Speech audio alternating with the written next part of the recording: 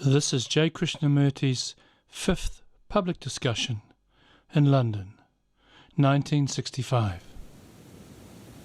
If I may, I'd like to go on with what we were talking the other day.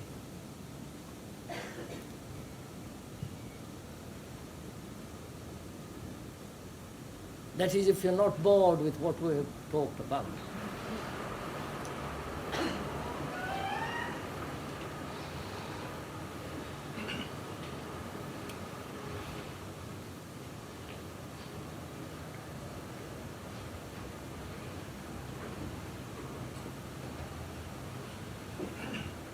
I would like this evening, if I may,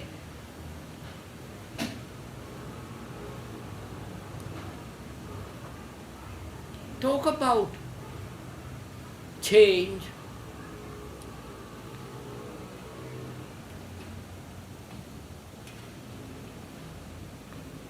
and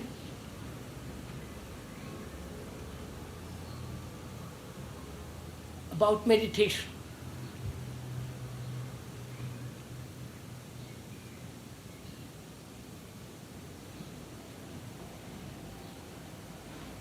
Please don't be so solemn. I feel a little bit nervous.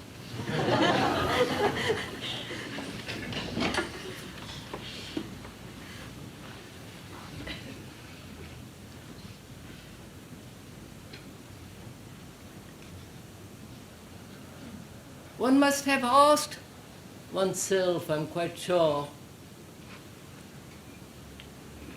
whether one changes at all.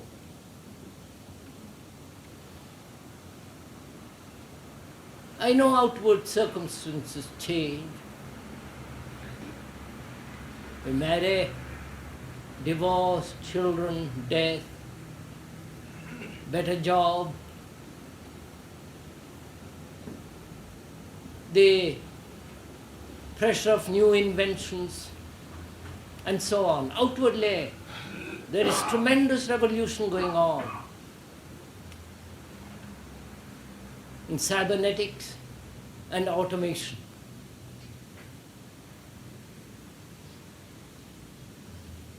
And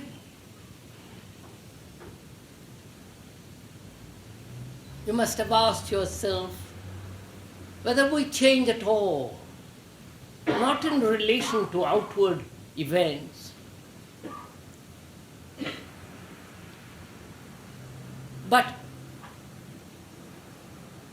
a change that is not mere a repetition or a modified continuity, but a radical revolution, a total mutation of the mind.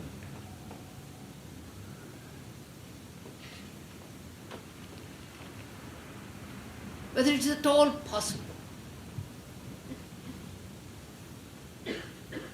And when one realizes that actually one doesn't change, as one must have noticed within oneself, one gets terribly depressed.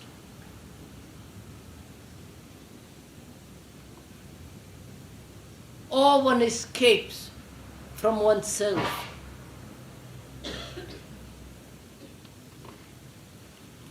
And so, the inevitable question arises, is there change at all?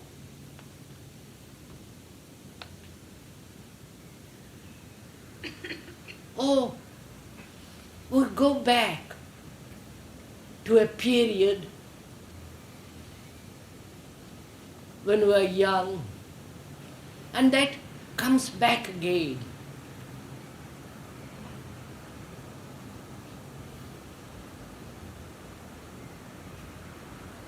So,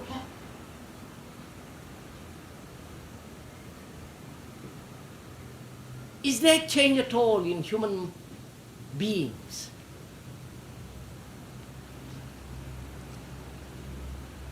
I mean, have you, if I may, I'm not talking personally, have you changed at all? Perhaps there has been a modification in the periphery, but deeply, radically, has one changed?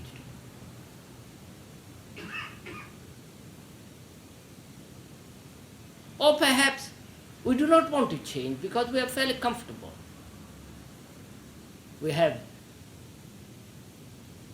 a government that looks after you.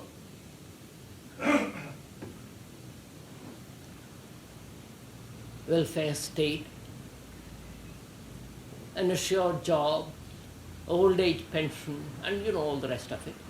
So perhaps there is no motive to change. And when there is a motive to change, it is change within the field of the known.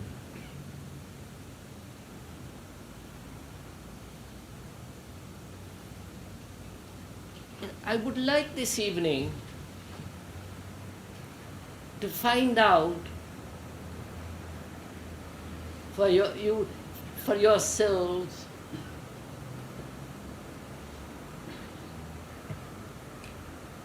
if you can bring about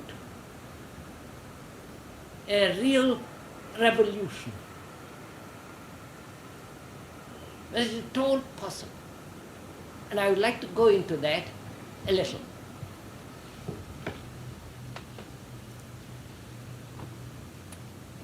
See, for most of us, change, I'm talking about psychological change, not one change from house to house, of country to country, or going from one religion bigotry to another, and so on. That's no change at all. But we are talking about a deep psychological mutation.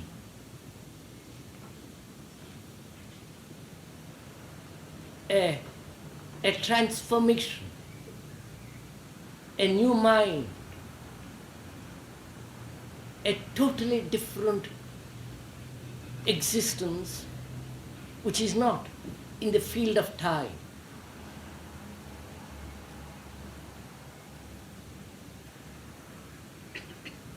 So one has to, if I may suggest, listen, not sentimentally, not aggressively, or doubting or questioning, but actually listen. And so discover for oneself the art of learning about oneself.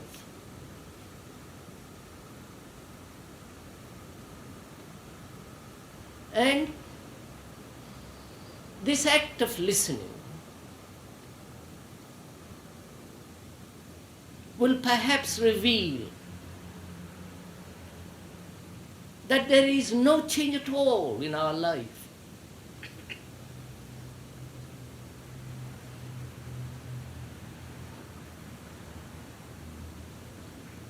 We go on as we are, a little bit discontented, depressed, lonely, miserable,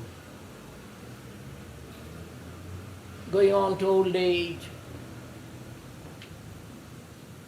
full of sorrow, unresolved problems. And that's our life. And for most of us, we get so used to all that. Our minds get so dull, heavy, stupid, and we accept the inevitable and thereby get terribly bored with life, its routine, its utter, apparently, lack of significance. Or we invent a purpose, a significance. And according to that significance and that purpose, we try to bring about a pattern of existence.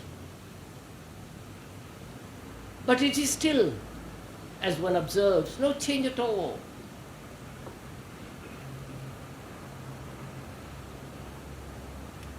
So, do we change? Or is there a change at all?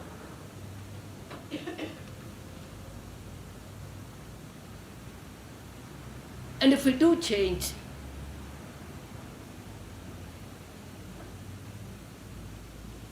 is it a movement which is not in time?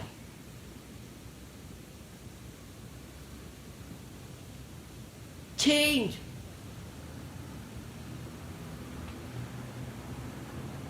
in space of time, created by thought or put together by thought, is no change at all.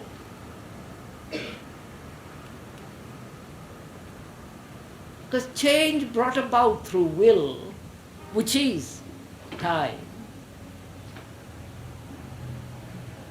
which is the space between what I am and what I should be. The act of will is still within the field of time, isn't it? I want to change. I see I'm terribly unhappy, depressed, ugly, violent, with an occasional flash of something other than the mere result of a motive.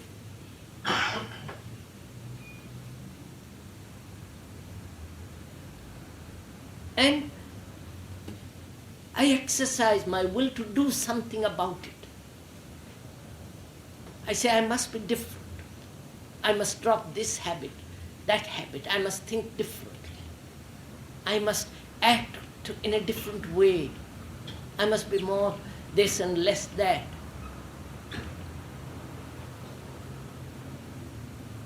And one makes tremendous effort. And at the end of it, one is still shoddy, depressed, ugly, brutal, without any sense of quality. So, one then asks oneself if there is a change at all. Can a human being change?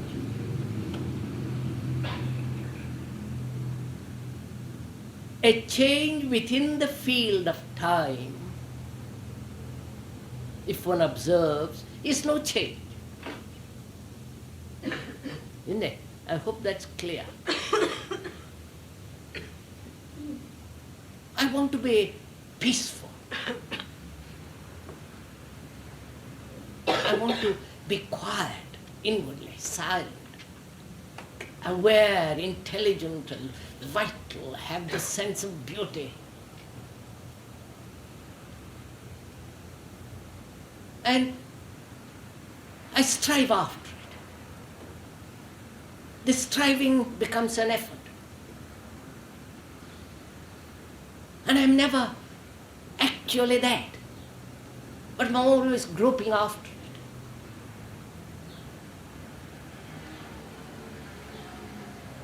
So, at the end of a few years, or few days, or few months, one gives it up, goes back to the old pattern, depressed, becomes cynical, gets irritable, takes to drink or to church or to whatever one does. Or go to the analysts and explore the unconscious, taking months or years, if you have the money. So we carry on that way, endlessly. till we die in despair, fear, and terrible sense of anxiety and guilt.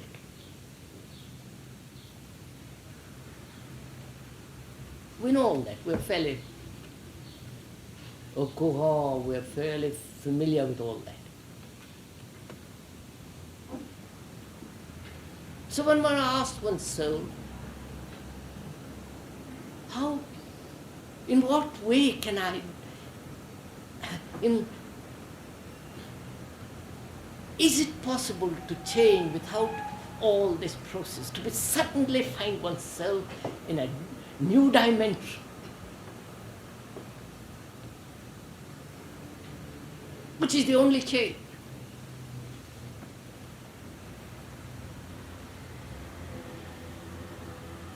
As we said the other day, the how is disorder, the question, the asking.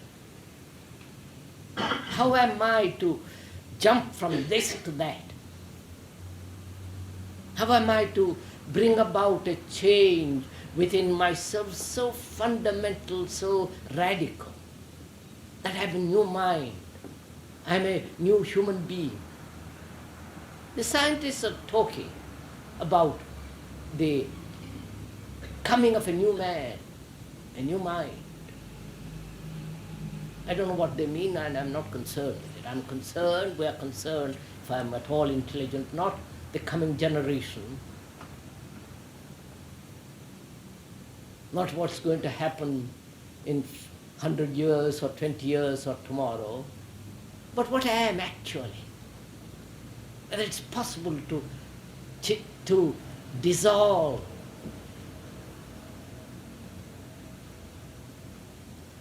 this helpless, hopeless endeavor that has no meaning. So we ask ourselves, how am I to do it? Now, as the how is very important to understand. When we put ourselves the how, it implies time, doesn't it? A practice, a method, a system, a pattern to be followed, struggled after. And therefore it's time. It involves time. Time being the space between me as I am and what I should be, or what is something which I cannot imagine myself to be. That implies space. And therefore, to cover that distance, time is necessary. Even a second, even a day, even a year. And when we ask how and seek a method, we think by pursuing a system, a method, a pattern of discipline, of order, we forget all the other pressures that exist around us, which are always influencing, modifying. And therefore, there is always a contention, a battle, a conflict, a question. And therefore, the how is essentially brings about disorder. I think that one must be completely be free and understand it.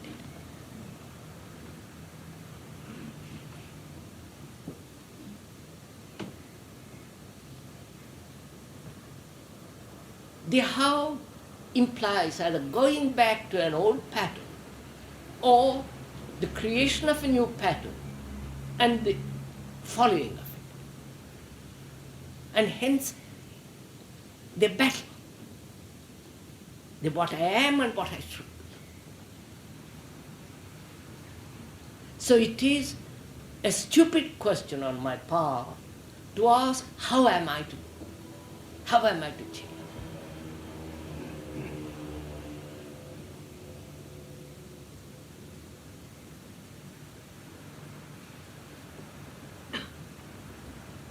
Of course, unless one is little bit neurotic, little is unbalanced, then one goes to various analysts and all the rest of it, and perhaps one gets little change and adjusts oneself to a society that is always in decay. So we're not concerned for the moment with the people who are unbalanced.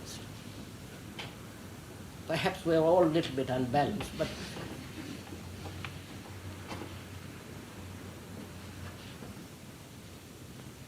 so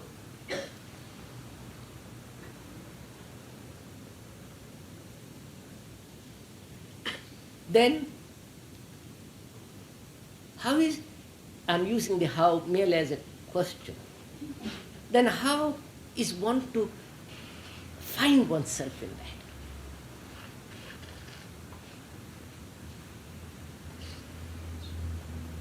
Now I think here comes the question of meditation.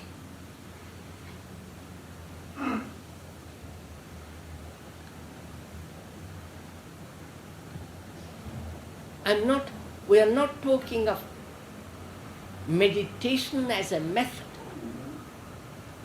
You understand? Therefore it has nothing whatever to do with method. Because method is the how. And we have pushed that aside as being inadequate, immature, juvenile.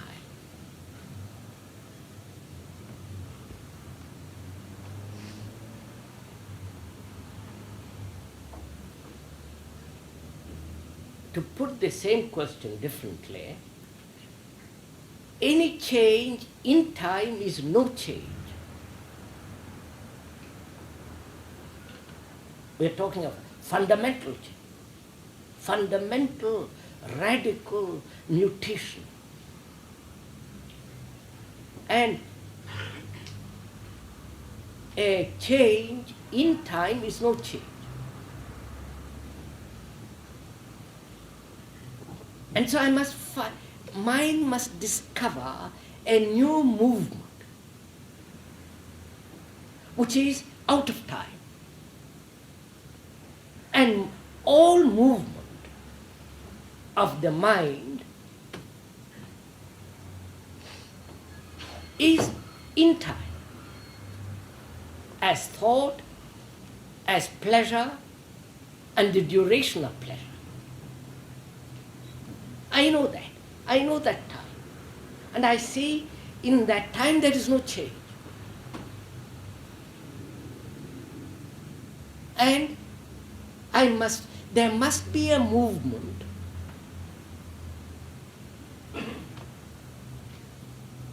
which doesn't belong to this time.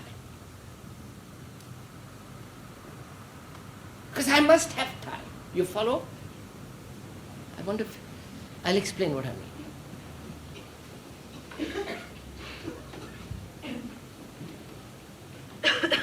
I see the time which mind, thought has built, put together, is a movement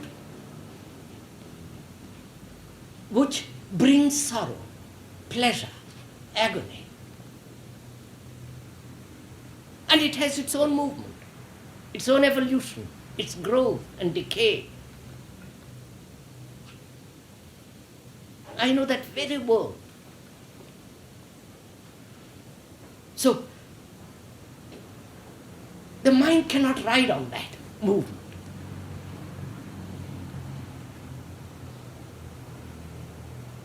There must be a movement which is not of this nature.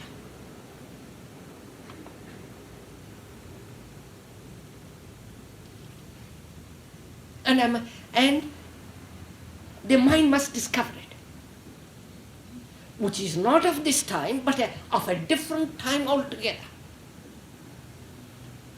If I can use the word time to indicate a movement which is not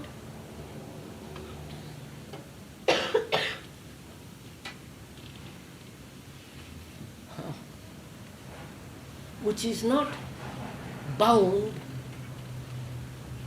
by the time, the psychological time which I know, but by a time that has no beginning, no end. It's a movement.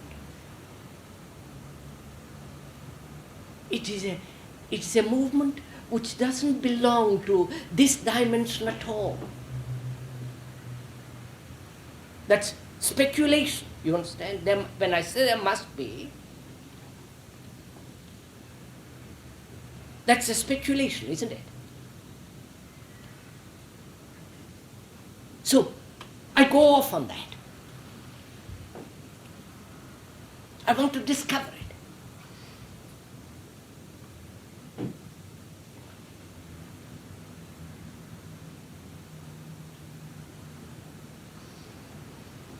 And so I pursue that. That demands a heightened sensitivity,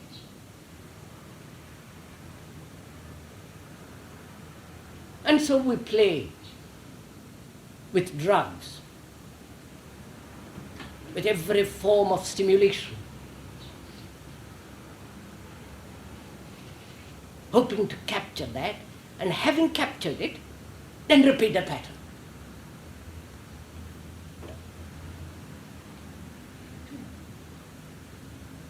So I see that any movement of the mind, any movement, must always be in time.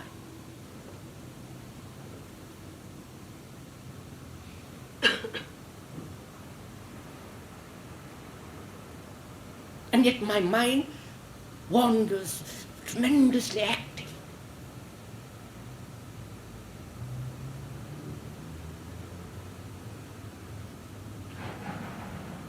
Projecting ideas, visions, struggling, trying to concentrate, trying to restrain. It is endlessly in movement. And I see, it sees rather itself in a movement, and therefore it tries to, it makes tremendous effort to be quiet.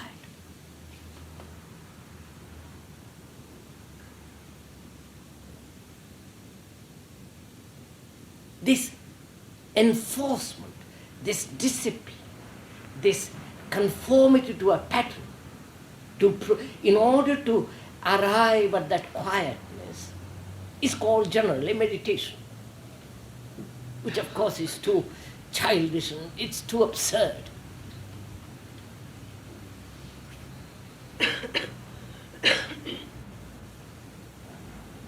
So, but yet I see the mind must be extraordinarily quiet. Because I know any movement in any direction, at any level, movement towards God, towards peace, any movement is always within time. You see the problem?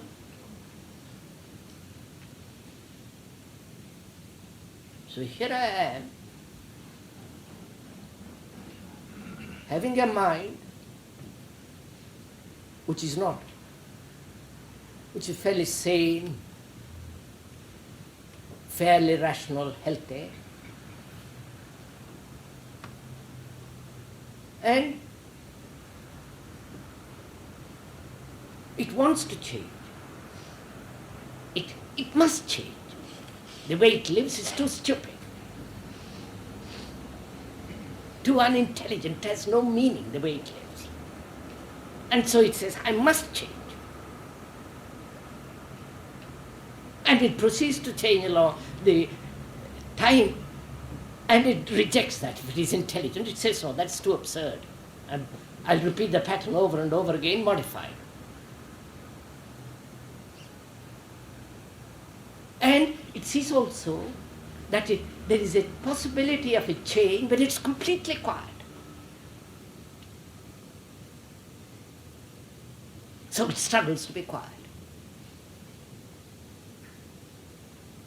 Which again is within the borders of time.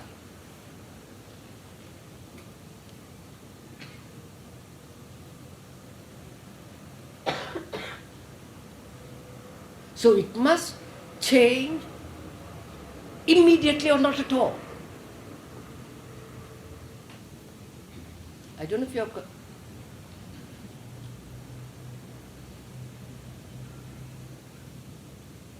So I can't look to tomorrow. I can't practice. I have no time for discipline.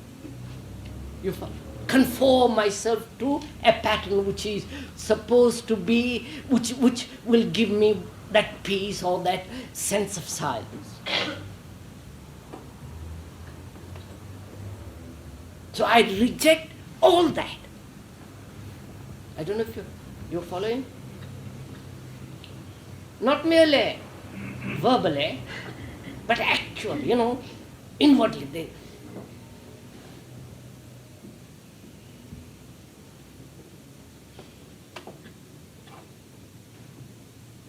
By understanding all this, my mind has become astonishingly sensitive and alert.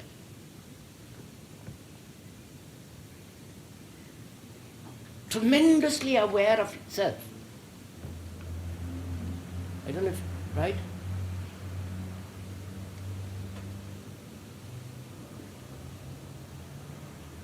But the difficulty is that very few have come to this with terrific energy.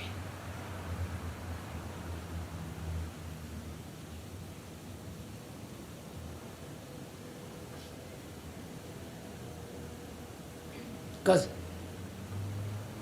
when you reject time, in the sense we are using time, as we talked about it,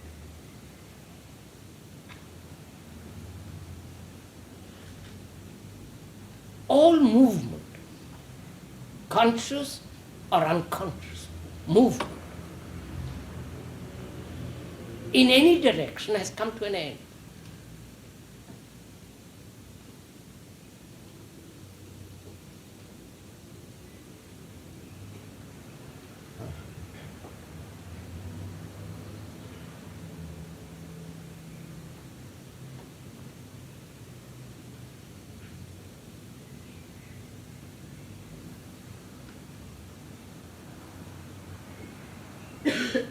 Can I go on with this?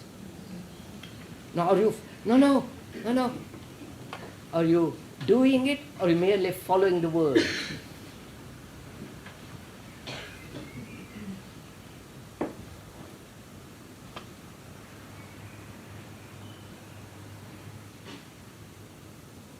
Because this implies, doesn't it, a tremendous non-experiencing mind which is completely alone.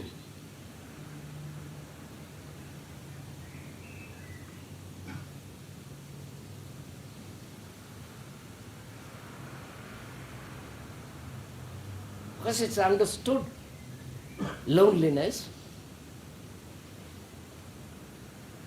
its own loneliness, isolation, its self-centered activities which creates walls around itself.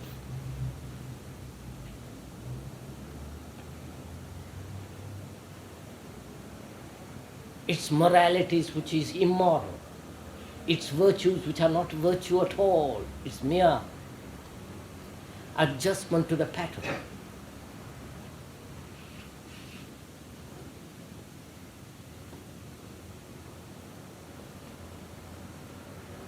So it has finished with ambition, greed, envy, all the things that we are going after, the pleasure. a sense of power, domination.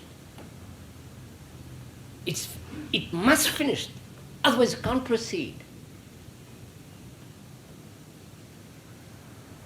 And how one finishes it, these things, is very important.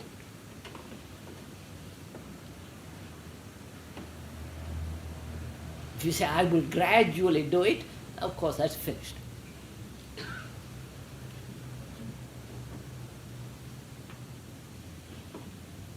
They must drop away without any effort.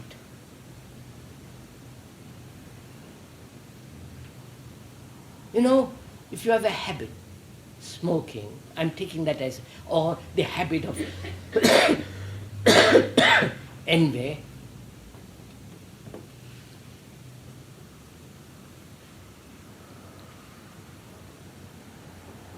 let's examine those two. The physical habit of smoking and the habit of envy.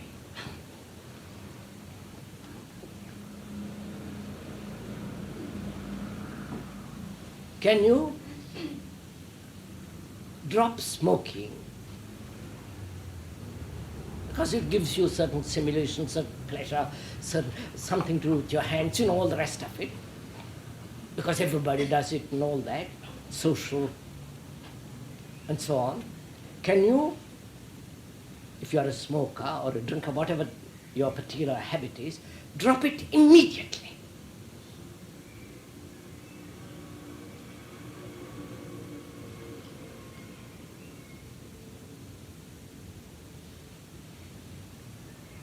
Without the exercise of will, without motive. If there is a motive, then it is pleasure or pain, and therefore bad. Again. So can you drop that habit completely, immediately?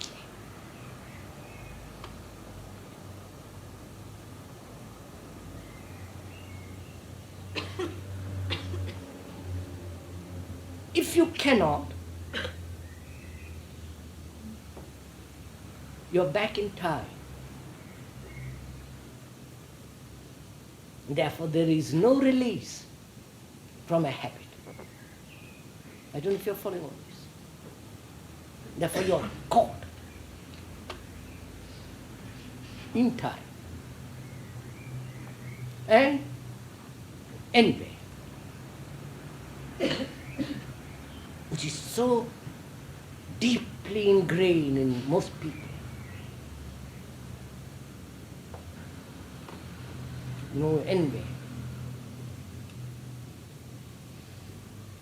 takes so many forms. Not only the envy of a man who is more intelligent, who is famous and so on, but also the envy which is always comparing.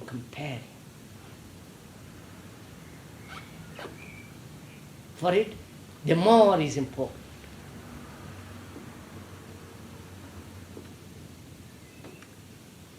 More knowledge, more information. You know, competition. Trying to struggle, trying to understand, trying to become intelligent, trying to find God, doing this and doing that. You know, more. Not only the more better bathrooms and refrigerators, but psychologically more.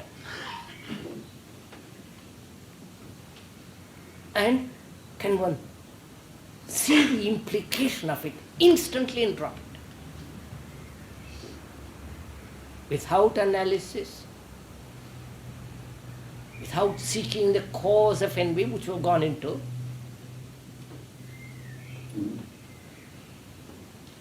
not allowing time to interfere with it at all, therefore ending it immediately.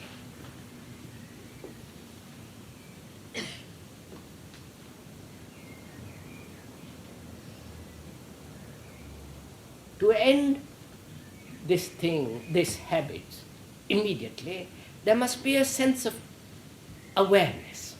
obviously. You must know what you're doing with your hands. You must be aware how deeply ingrained this envy is. Aware without judgment, without choice, but mere awareness which sees and acts.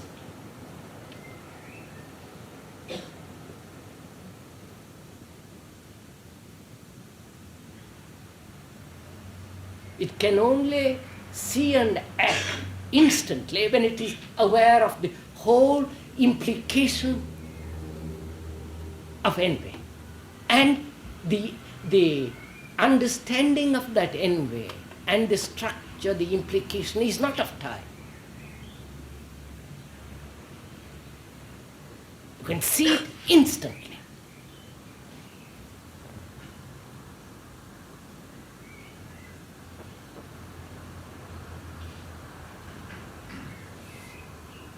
I do not know if you have gone into this, being aware what it means.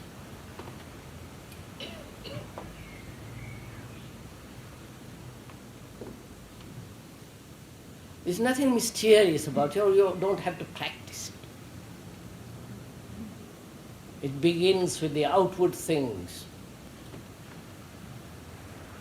Being aware of the tree, the people, the color, the noise, the endless chatter, the escapes, outwardly, the shape of the room, the color of the room, begin there and ride on that tide, come in, go inward. And you can only ride on that tide which is coming in if there is no choice, no comparison, no condemnation, just ride.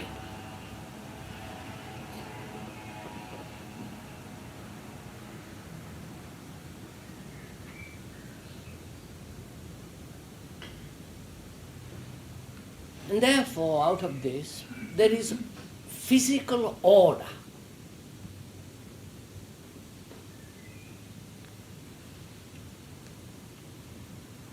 Which is obviously necessary. Physical order, which is austerity, which is austere.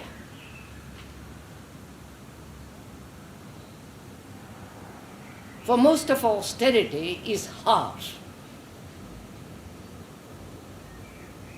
A disciplined result,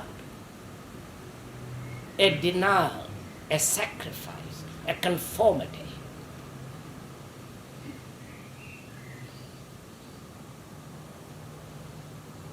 And therefore, when there is discipline, a conformity, a forcing, it becomes violent. And generally, all austerity is the denial of affection.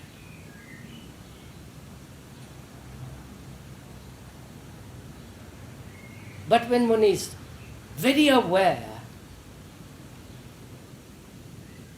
of the words, thoughts,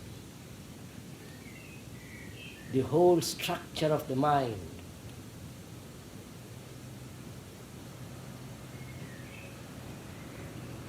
then there is order.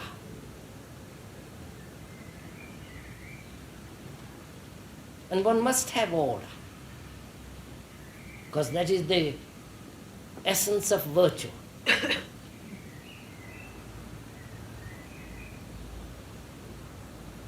Not how many clothes or how many houses or no houses or just a loincloth.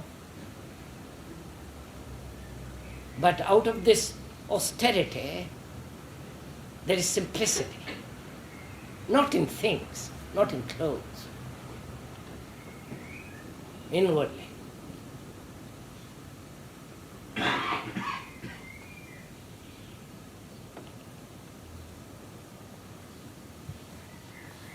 So the mind, having brought order,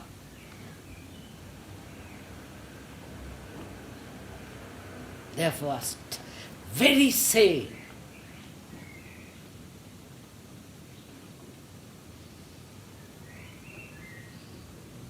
and therefore with no illusion. This is only time that creates illusion, as thought.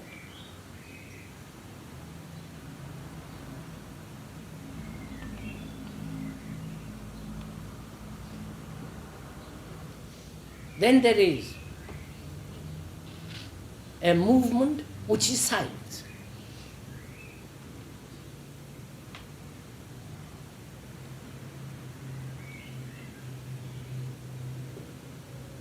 Now, all this is meditation.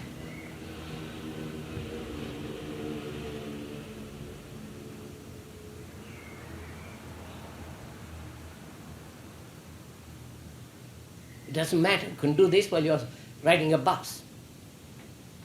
You don't have to take special posture. Take deep breaths, all that,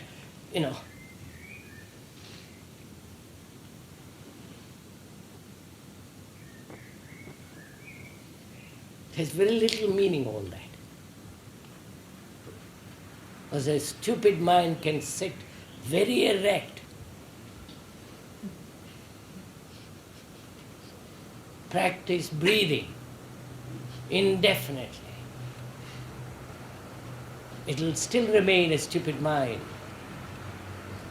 and its gods will be still stupid.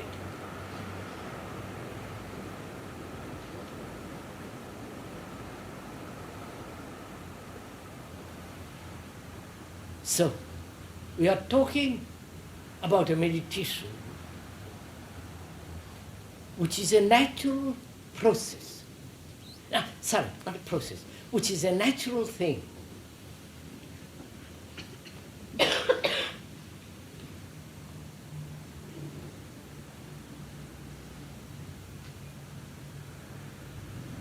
So, if one has gone that far,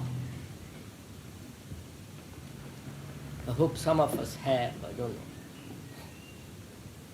You will know for yourself. No, you won't know for yourself. A mind that is aware of itself as silent is not a silent mind.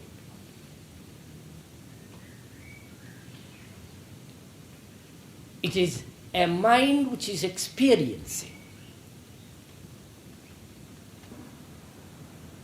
And therefore, there is the observer, the experiencer, and the thing experienced.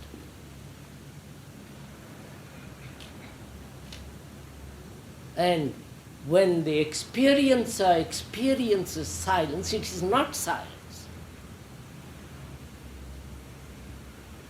Therefore the question comes, how can the experiencer cease to be immediately?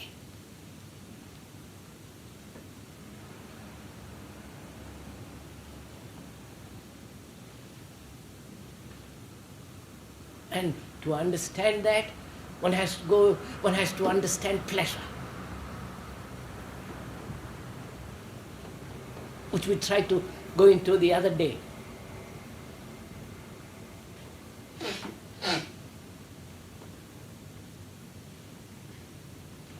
And you can see what gives continuity to pleasure, which is thought, thinking about it.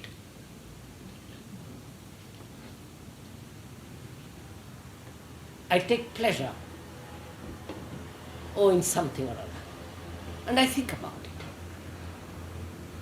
So I give strength, vitality, nourishment to that which has been pleasure.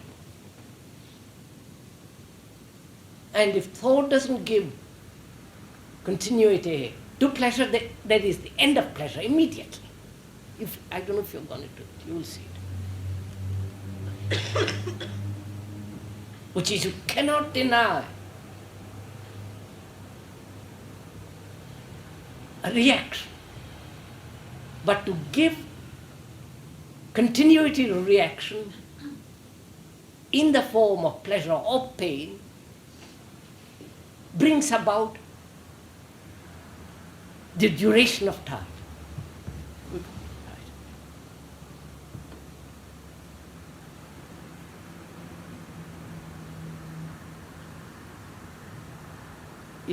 Is this at least verbally clear so far?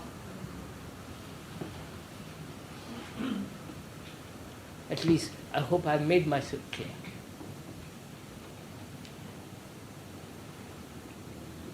You know, conceits, vanities, all that's gone.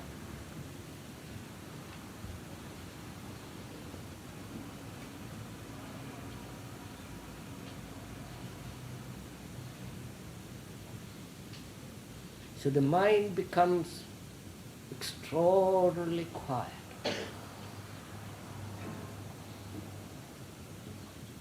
And so does the body, the nerves, the brain cells themselves. I don't know. Huh? You know,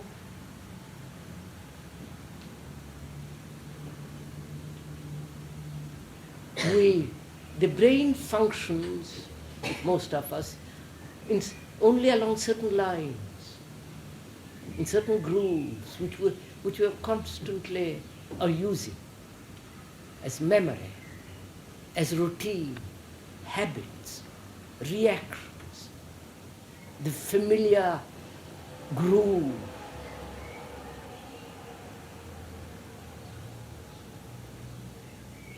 And so the brain becomes more and more insignificant, dull, weary. The brain itself, the cells itself. I don't know if you have observed it. I may not be talking scientific language, but we know what we're talking about.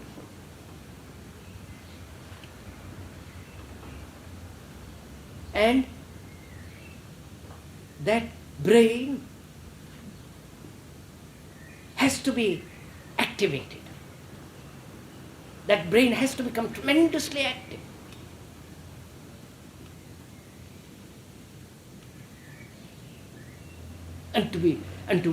And to bring about this intense activity, one has to be aware of everything you do. I hope you're following all this.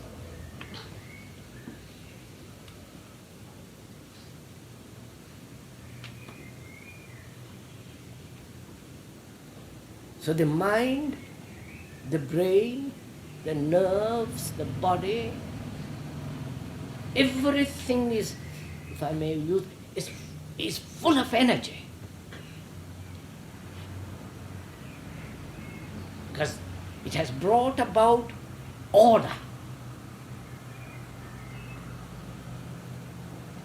And because it has order, it is virtuous. Not the foolish thing called virtue.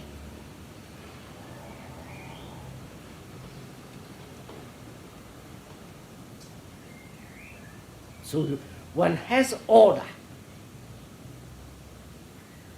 An order which has come about through awareness without any sense of conflict.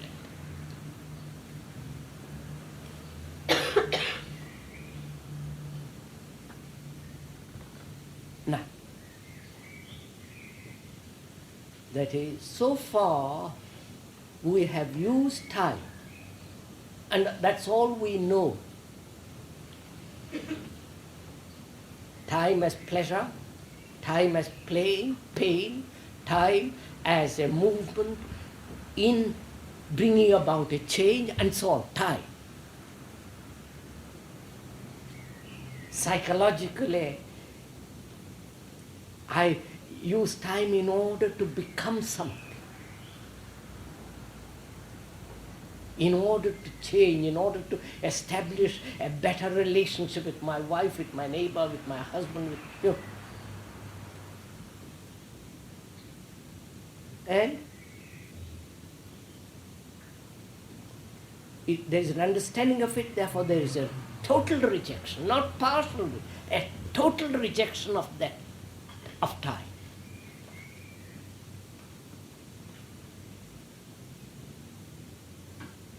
Not the physical time, because you will miss your train and bus.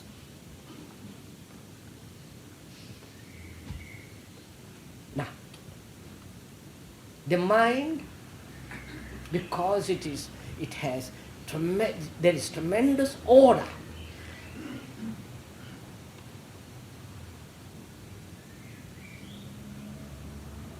Naturally comes to a point when it has no movement of any kind.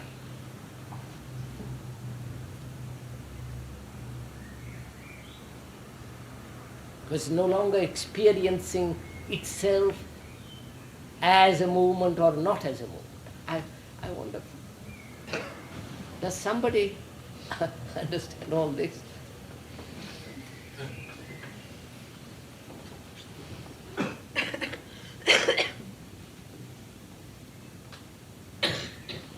Now, I'll go on.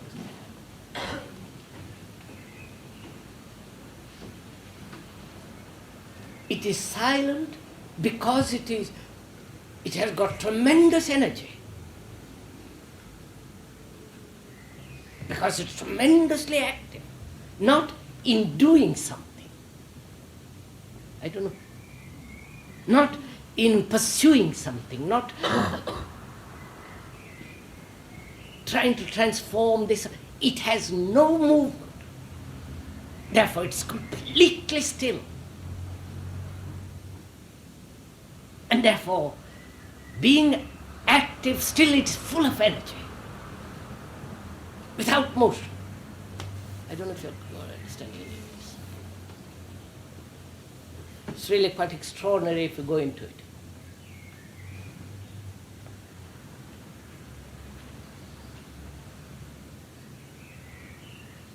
And please, I'm not saying this as a reward for your listening or for coming here.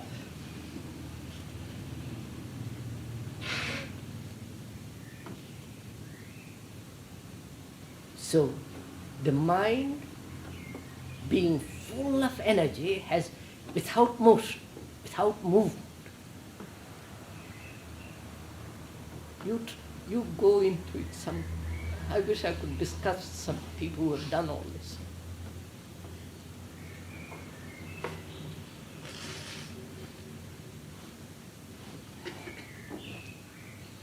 You see, then what takes place?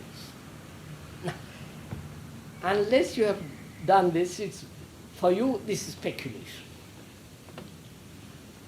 But we talk about it because to indicate anybody who's gone into this, that in this stillness, which is active, full of energy, a mind like that, which is completely still, there is an explosion. And this explosion is the movement at a different dimension and of time. I don't know.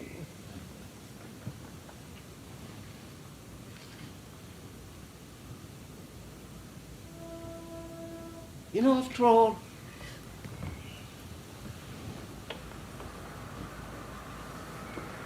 what is creation?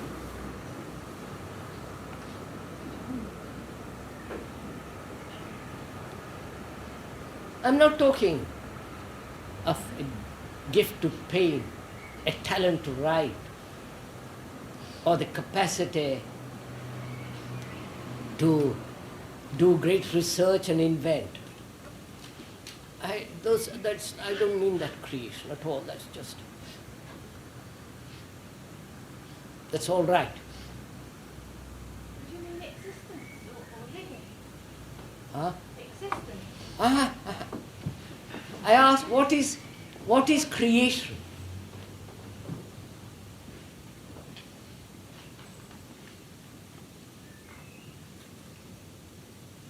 Because most of us are second-hand people.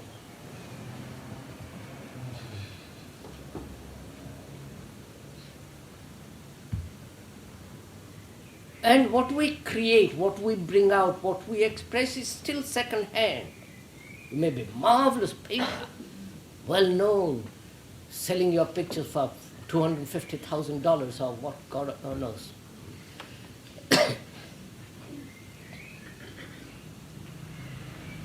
But is that creation?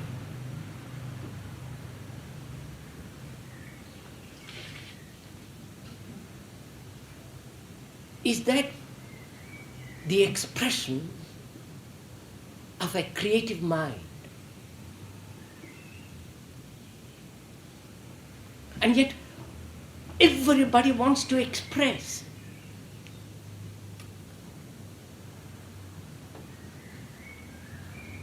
If you have got a talent, you burst. You're born to express it. If you're a second-hand writer, you will push it out. And we think we are very creative people.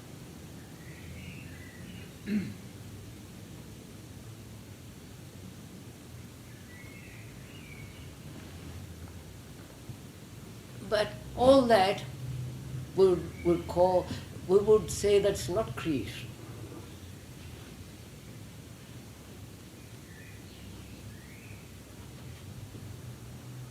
Creation is something that must be explosive each time. Time, you say not each time. You oh my. So we don't know what creation is.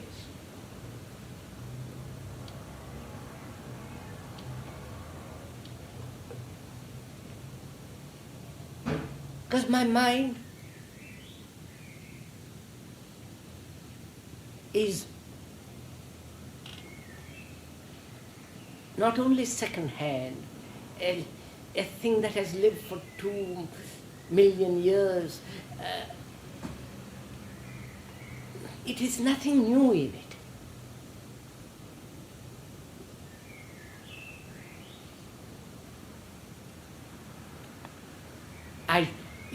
If I have a talent as an artist, I try to find new expressions.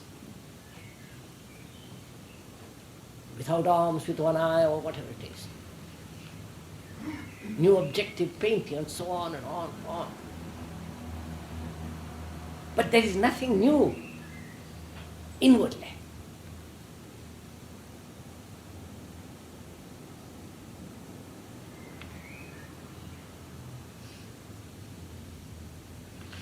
And as long as the mind doesn't discover that, it must live in routine, in boredom, in repetition, in all the rest of it.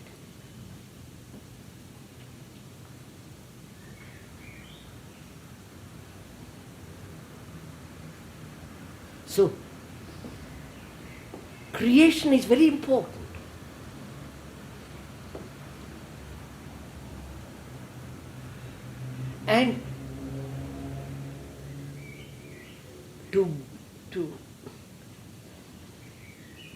And to explode in this creation, the mind must be completely quiet.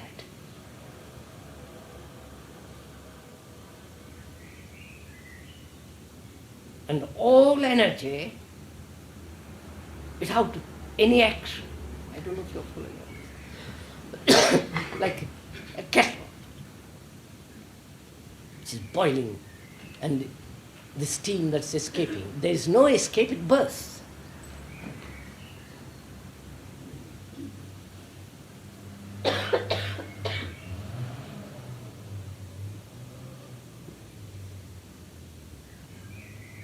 And it's only then that there is something totally new.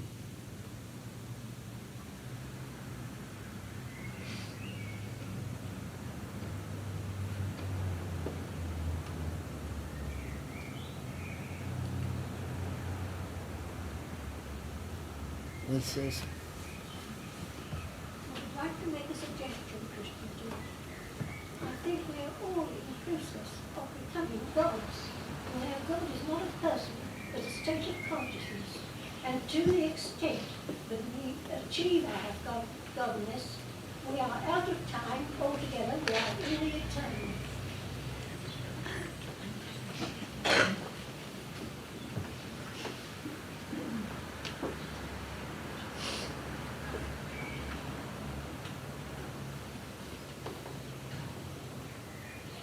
and there's nothing to be said to that.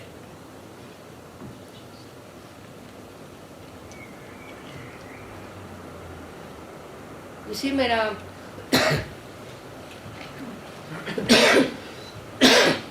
we may be gods, we may be eternal, we may be this, we may be that. The Indians, the Hindus have a marvelous system for all that. But that isn't good enough. It's what I am now, actually.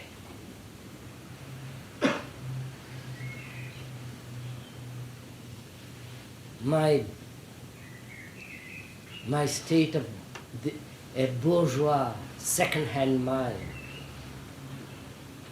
my miseries, anxieties, quarrels, prejudices, the battles, the agony, the despair, hopes, I am all that. I can imagine what I am supposed to be. But being supposed to be is not a fact, because I mean, every day I cry. Oh, for God's sake. Every day I'm torn to pieces by my own thought, depressed. And I'm concerned to change that completely, that's all.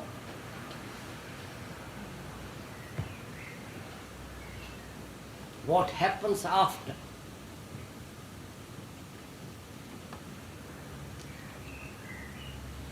When there is such tremendous radical change, what happens after, you find out. You want it again. People? You find out it has been once this explosion. You want it again. No. There is no, if there is an explosion, as the lady says, you want it again. There is no explosion if there is an experiencer. Full stop. That's why I very carefully explained all that.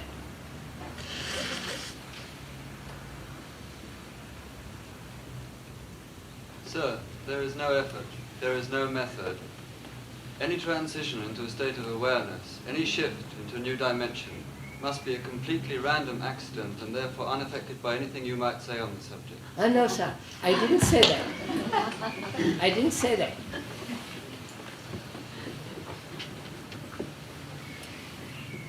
I said one has to be aware. By being aware, one discovers how one is conditioned.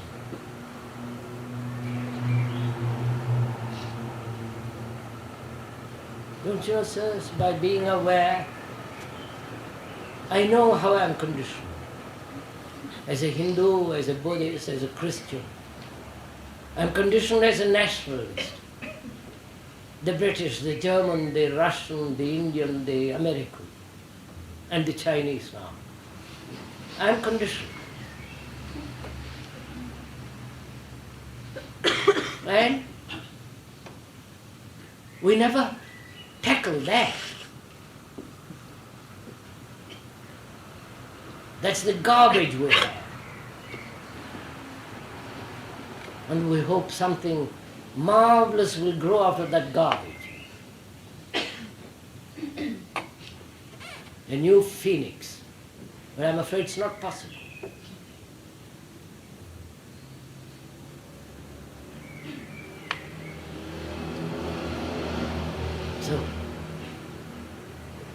being aware doesn't mean a chance, an irresponsible, something vague happening. But you will, if one understands the implication of awareness,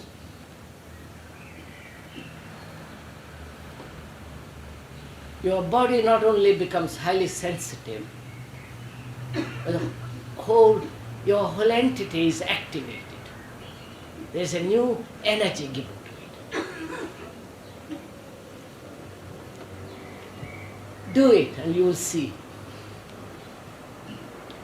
Don't sit on the bank and speculate about the river.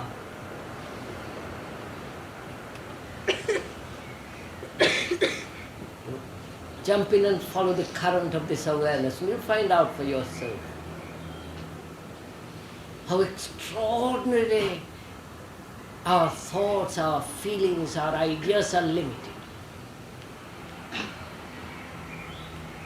Our projections of gods and saviors, masters, all that becomes so obvious, so infantile.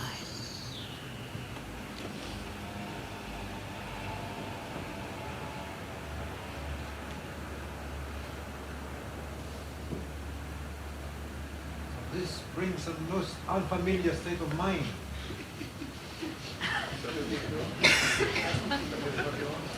This brings about very unfamiliar state of mind. That just it's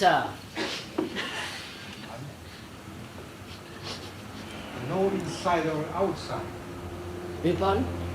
One is not at all certain whether there is an inside or outside. Oh, there is definitely outside.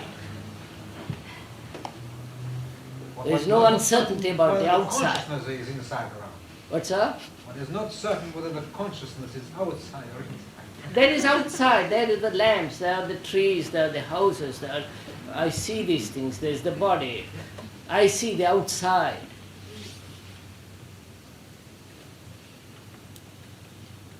But as we don't know the inside, what is behind what is inside the house, and what we know is only to breed more security, therefore we are afraid to be uncertain. We only want security, certainty. That's why we become very familiar with the things we know, and therefore we hold on.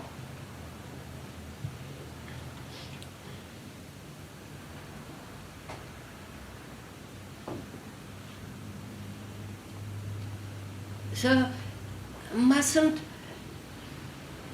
any creation to take place, mustn't it have emptiness? Huh?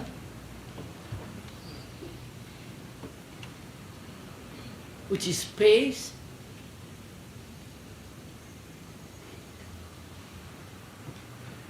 And you can't be sure, certain of space.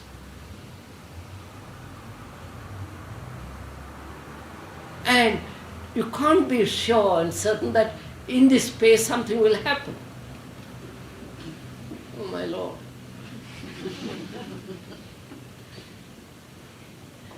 See, that just it. We are so frightened to be alone.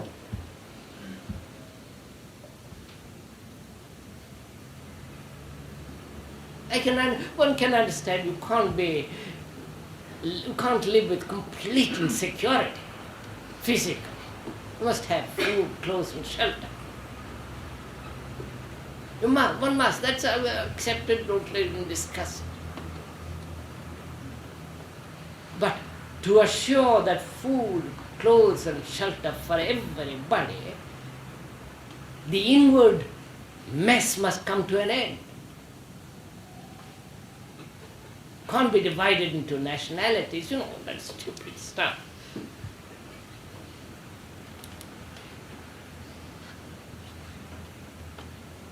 So we want outward security without doing anything inwardly.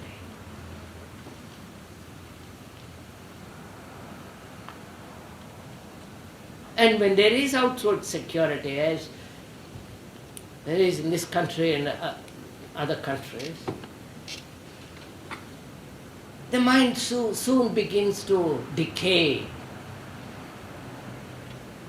commit suicide, violence, delinquency, grown-up delinquency as well as children delinquency.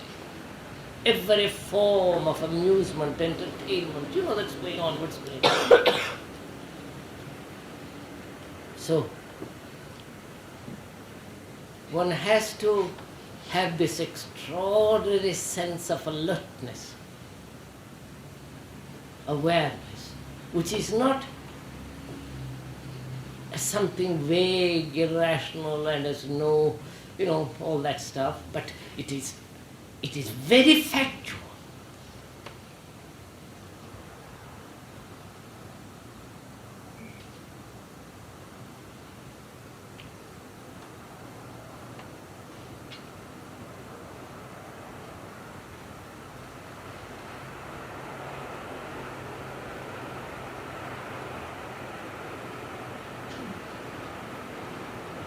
So what you say can only be a hypothesis for somebody who hasn't explored where you've explored, and Obviously, sir, obviously. and for somebody who does know that state of awareness, it adds nothing.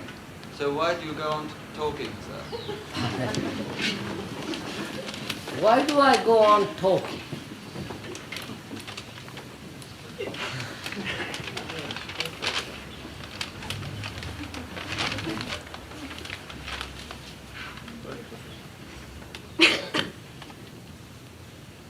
First of all, not to get a kick out of talking.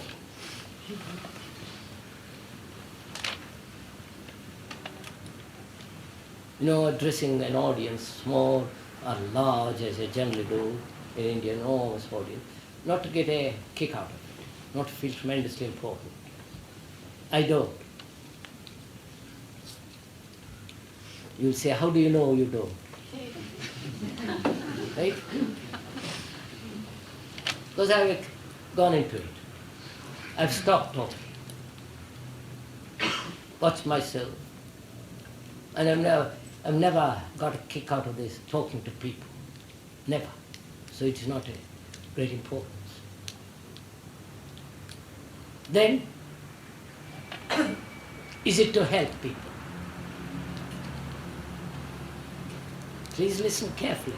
Is it to help people? No.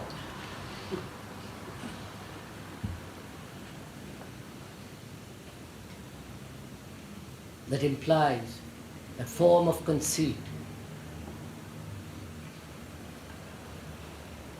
I know and you don't know. Therefore, let me teach you. Therefore, there is the relationship of the teacher and the disciple, the follower and the leader, which is abhorrent,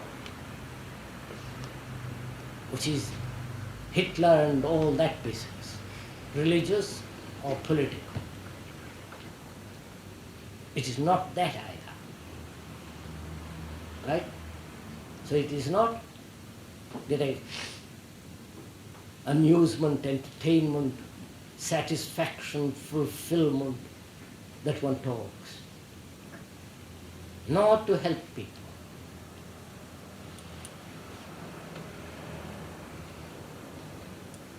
Either you help yourself or nobody is going to help you.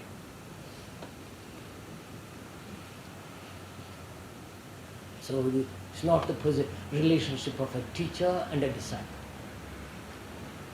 Then is it to express yourself? Like a poet, artist. No. So when you deny all that, what have you left?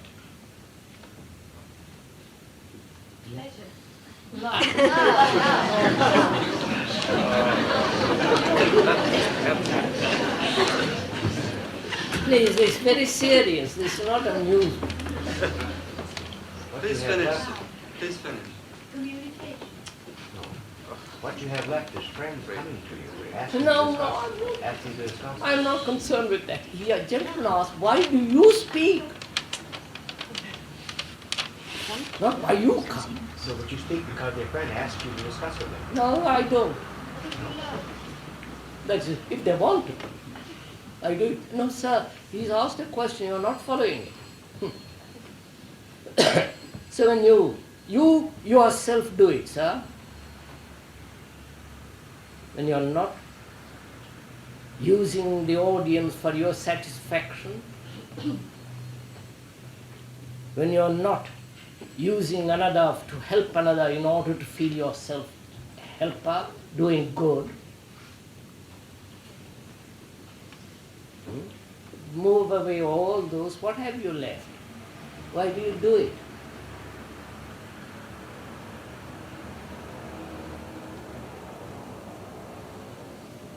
Not as in the hope of gaining more, not seeking more, I've told all that, I said all that. but as loved Wait. Love. Are you doing it out of love? Huh? Is that it? Oh Lord.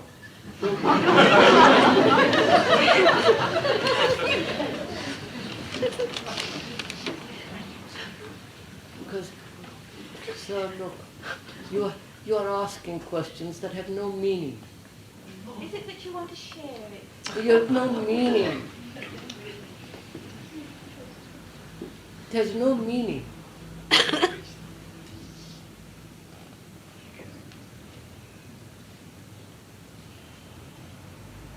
What has meaning is to exploit people, use the audience, help them, and therefore become all the rest of it. That's what one knows. Help, service, goodness, doing good. When you see all the absurdity of all that, what have you?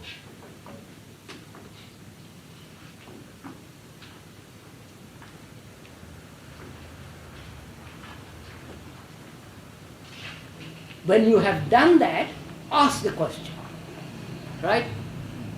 Then ask me.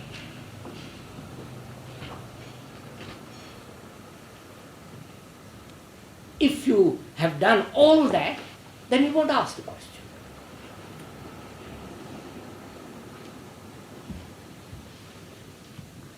Then our relationship is entirely different.